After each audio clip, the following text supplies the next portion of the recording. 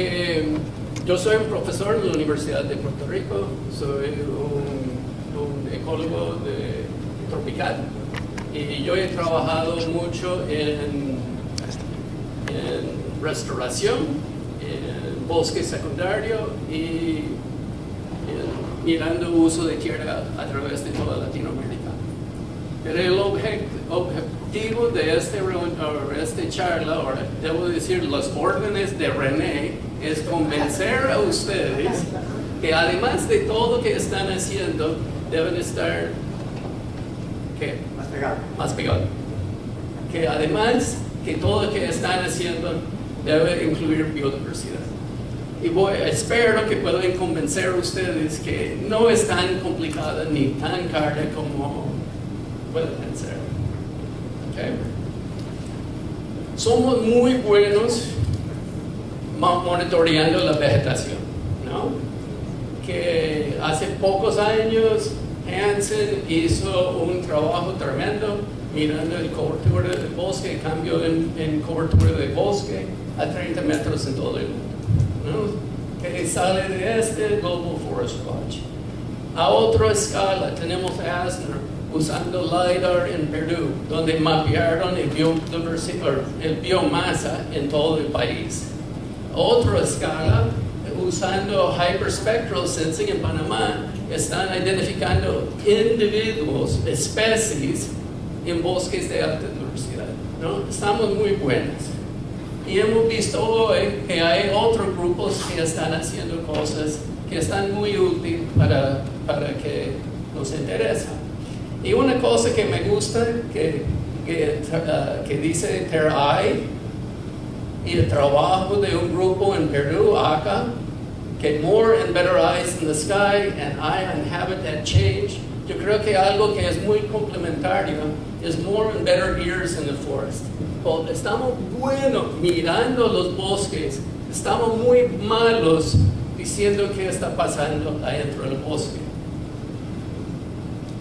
Sabemos que hay estudios que dicen la cosa no está buena. Defaunación, bosques vacíos, la pérdida de los anfibios alrededor del mundo. Estos trabajos están en México, muchos de estos trabajos fueron en Centroamérica, ¿no? Pero cuando tratamos de comparar estos trabajos con qué estamos haciendo con imágenes de satélite, son de pocos sitios y de poco tiempo, ¿no? No tenemos series de tiempo que tenemos con las imágenes de satélite. Entonces, ¿por qué sonido? Con sonido podemos tener una forma a sacar mucha información con poco esfuerzo. Si uno no conozco bien los espectrogramas, que aquí tenemos tiempo, aquí tenemos la frecuencia, esta es baja frecuencia y alta frecuencia, serían zonas de ranas, aves, insectos, murciélagos. El color es la intensidad o el volumen, ¿no? Qué tan duro está llamando una especie o cantando. Aquí solo tenemos 20 segundos de una grabación. Es un bosque de poca diversidad en Puerto Rico y hay más de 6 especies en 20 segundos. Cuando nosotros ponemos grabadores en el campo, estamos grabando 1 minuto cada 10 minutos. Nos da 6 grabaciones por hora, 144 por día y 1000 en una semana. ¿Okay? En 20 segundos, si tenemos 6 especies, podemos identificar especies de aves, especies de ranas, especies de insectos, y tenemos esta información cada 10 minutos por un día, por una semana, por un año. Tenemos muy buena información a mirar el patrón de sobrevivencia, actividad de poblaciones de estas especies. Okay. Para aprovechar esta información, que nosotros en los últimos 10 años estamos trabajando en creando un sistema que decimos que es el Automated Remote Biodiversity Monitoring Network, o RBMON, y es una mezcla de hardware y software. ¿Okay? La idea es, cuando empezamos, la idea fue crear una plataforma, porque los grabadores funcionan. Y un problema de grabadores es que funciona tanto que la gente tiene tantos datos que no saben qué hacer con estos. Lo tienen todo en discos duros, lo pierden, no analizan sus datos. Entonces nuestra meta al principio fue crear una plataforma donde la gente puede subir sus grabaciones, no lo pierden, lo tiene organizado en una forma fácil donde puede compartirlas, y estamos poniendo diferentes herramientas para analizar y sacar provecho de toda la información que tiene. Hoy en el sistema tenemos grabaciones de 3,000 sitios de 25 países y más de 3.4 millones de grabaciones de un minuto. ¿No? Entonces, para contestar las preguntas de René, ¿cómo la herramienta que propone puede ayudar a los países a establecer una línea básica? Para mí, una cosa que estamos haciendo es paisajes acústicos, que no son tan diferentes de paisajes ecológicos, ¿no? Pero estamos enfocando en toda la comunidad. ¿Qué es? ¿Cómo son? Es como el big picture de un sitio, ¿no? ¿Y cómo estamos haciendo esto? Yo dije que si ponemos un grabador en un sitio, vamos a tener 1,000 grabaciones a fin de esta semana, ¿no? 6 grabaciones por hora, ¿no? 7 días. ¿Qué podemos hacer? Es agregar todas estas grabaciones por hora de día, y podemos preguntar al sistema a mapear cuáles frecuencias están siendo usadas a cada hora. ¿Okay? En este ejemplo aquí tenemos un paisaje acústico basado en 1,000 grabaciones de Puerto Rico y otro de Madre de Dios en Perú. Solo a primera vista es obvio que hay algo muy diferente, ¿no? En Puerto Rico, mucho de este espacio no está usada. Durante las horas de 8 de la mañana a 8 de la tarde no hay mucha actividad. Hay dos picos muy grandes durante la noche. ¿Hay alguien que tiene idea de qué puede hacer esos dos picos? ¿Ah? Changos no, esos son ranas, es durante la noche. Y la rana más popular en Puerto Rico, coqui. Y tenemos en este bosque más de 10,000 individuos por hectárea, todo cantando a la misma cosa, coqui. Entonces tenemos las dos notas de una especie. Cuando vamos a Madre de Dios, es obvio que este sitio tiene mucha más actividad, muchas más frecuencias durante todo el día, ¿no? Esa zona Madre de Dios es amazónica. ¿Perdón? Es amazónica la zona esa, de Madre de Dios, pero... Sí, es amazónica. Sí. Entonces, una cosa que hicimos como un índice muy fácil para calcular es cuánto de este espacio acústico está siendo usado, ¿no? Solo sumamos cuántos píxeles están ocupados. Y decimos que este es espacio acústico usado. Puerto Rico, 12. Amacaeri, que es Madre de Dios, 35%. Y cuando lo correlacionamos con los números de especies acústicas que encontramos en estas grabaciones, hay una buena relación. Entonces, en el contexto de restauración, ¿qué podemos hacer? Este puede ser nuestro pastizal recién abandonado con poco actividad. Seguimos a través del tiempo, una vez al año, uno va, poner tus grabadores en este sitio, captan no solo las ranas o las aves, los insectos, es todos los ruidos y tiene una forma fácil mirar a través del tiempo cómo está cambiando la composición y la riqueza de las especies en un proyecto de restauración. Entonces, es una forma de crear una línea de base. ¿Está bien? ¿Cuáles son indicadores o metodología costo efectiva que acompañan la herramienta?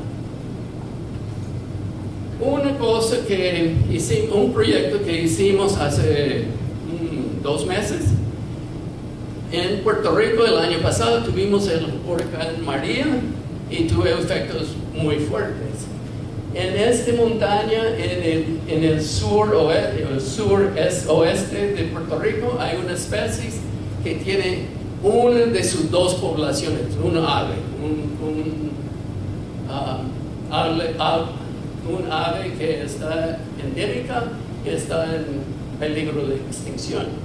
Y están interesadas en qué ha pasado de este ave después del huracán. Pusimos 100 grabadores en el campo por una semana en todos estos puntos. Tuvimos 100,000 grabaciones al fin de esta semana. Entonces tuvimos una foto muy detallada de distribución de estas especies. E hicimos tenemos un modelo que identifica el canto de estas especies. Hicimos un modelo de occupancy para mirar dónde hay más probabilidad de encontrar este ave. Y tuvimos rápido un análisis muy detallado para estas especies. Entonces, este fue algo en corto tiempo. En largo plazo, que hemos hecho es hacer una estación que dijimos que es permanente. Es una estación que está conectada a un panel solar. La estación es un celular Android con un SIM card. Graba y sube la grabación cada 10 minutos. En este punto estuve corriendo por más de 6 años. Estuvimos interesados en este rana porque fue una especie recién descrita, es una nueva especie, no había información y seguimos la actividad de esta especie por 6 años, ¿no? Y se ve cómo la actividad va bajando de marzo 2008 hasta marzo 2012. Publicamos el artículo, hablamos de climate change. Y después sale el artículo, toma un año para que salga el artículo, ya tenemos muchas más grabaciones, puedo correr el modelo otra vez y mira el resultado. ¿No? Nosotros hablando de cómo la población está bajando, lo publicamos el artículo, no hay duda que cambio en clima es algo importante, pero para mí este muestra muy claro por qué es importante que tenemos series de tiempo larga, ¿no? 6 años suena como mucho, pero hay otros eventos que pueden afectar y cambiar Entonces, por suerte, las agencias fueron un poco lentos en respondiendo a esta y ya la población está feliz otra vez. En el proyecto en Perú, estamos en los últimos 6 meses trabajando con World Wildlife Fund en un proyecto de aves en áreas forestales. Y tuvimos más de 200 especies de aves y una de las razones que podemos hacer este estudio es que podemos usar el canto de cada especie que es única para crear modelos para automatizar la identificación de las especies, ¿no? Entonces ahora para Amazonas de Perú tenemos bueno, por lo menos 50 modelos de diferentes especies de aves que uno puede usar. La otra pregunta fue, ¿cuál es el mecanismo para conocer más del herramienta?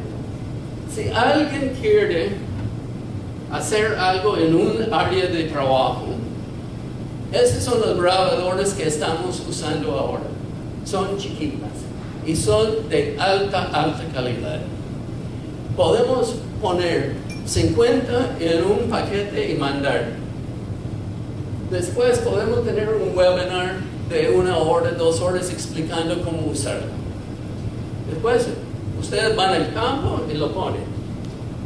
Y lo recogen y lo ponen otra vez. Ya tenemos 100 puntos. Tú subes las 100,000 grabaciones al sistema. Hacemos otro webinar para discutir qué son las cosas que puedes hacer en términos de identificar especies, hacer entrenamiento de los modelos. Y después hacemos un taller de 2 días que garantiza que va a tener suficiente información por un informe bien detallado, y no un manuscrito científico. ¿No? El otro pregunta fue de si hay aplicaciones socioeconómicas. Para mí en forma directa no, pero esta es nuestra estación permanente. Es solo una caja chiquita con un teléfono Android, con un SIM card que está subiendo las grabaciones. Funciona bastante bien. A mí me gusta pensar que son estaciones de clima, pero para biodiversidad, ¿no? Estas estaciones, tú fácil puedes ponerla en los parques nacionales, en ecolodges, y es una forma para atraer a turistas, ¿no? Fácil, está colectando los datos en tiempo real, subiendo al web, y la gente puede ver qué está cantando en este momento en tal sitio. El otro, cuando un país decida a tomar esta tecnología y hace un inventario como lo hacemos con bosques, como hacemos con estaciones de clima, como lo hacemos mapeando el uso de tierra a través de todo el país, va a ser el país que está en vanguardia. Y cuando el ministro va a las reuniones internacionales hablando de que nosotros hemos mapeado toda la biodiversidad acústica en nuestro país, yo creo que tiene mucho poder. Por fin, ¿qué es los costos? Ahora estamos cobrando 6 centavos para cada grabación para subir al sistema. Está ahí por lo menos 10 años. Esperamos que los costos de almacenaje en Amazon va a ir bajando y bajando, y espero que las grabaciones van a estar ahí para siempre, en un estilo de museo. Cuando uno sube tu grabación al sistema, tú puedes incluir todos los usuarios que quieren en tu proyecto y tienen derecho a hacer todos los análisis que quieren gratis. ¿Okay? Para este proyecto que hicimos en Puerto Rico, donde hicimos todo, nosotros desde comprar la grabadora, ponerla en el campo, recogerla, analizarla, sube al sistema, escribe un informe que va a quedar como un manuscrito científico, fue $30,000. En 2 semanas voy a Perú y estamos tratando de formar un consorcio donde hacemos un poco que ASDAR hizo con LiDAR, pero con acústica. La idea es poner 10,000 puntos a través de todo Perú, 100 estaciones permanentes, y estamos estimando que podemos hacer 3 o 4 millones en un periodo de 5 años. Ok. Favor, lista las limitaciones. Ese es donde empieza el examen. Y va a ser rápido. En el proyecto de Perú, la idea fue mirar la respuesta de las aves.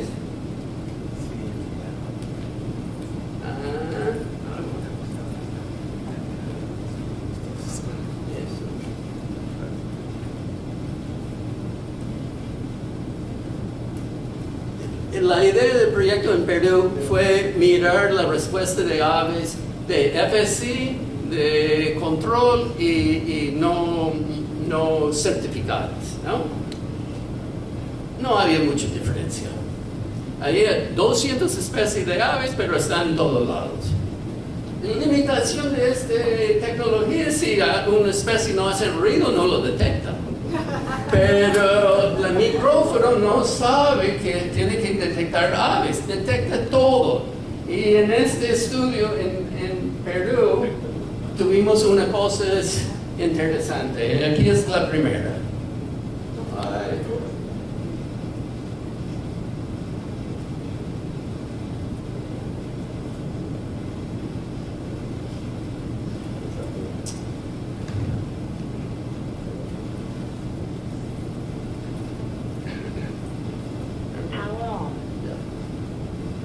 Vamos a entenderlo.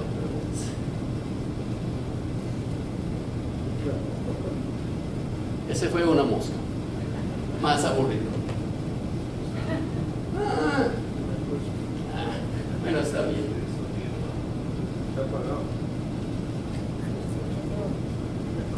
Sí, hemos hecho tantas pruebas que ya no funciona. ¿El sonido de la copa? ¿En la copa? La congeladora. Está la configuración, pero No, pero ahí va a poner el micrófono. pon el micrófono de la copa. La tengo, pero es difícil.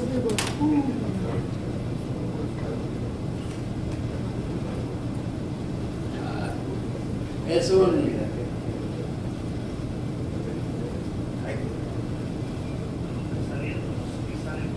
Sí, bueno, está bien. El punto es que hay moscas, hay rata de bambú, no importa. Hay monos, mucha gente trabaja con trampacámaras, ¿no? Pero la trampacámaras no agarra los monos, o muy rara. Es tecnología que es complementaria, ¿no? Y hay otros monos y este fue voy a parar ahí. Gracias.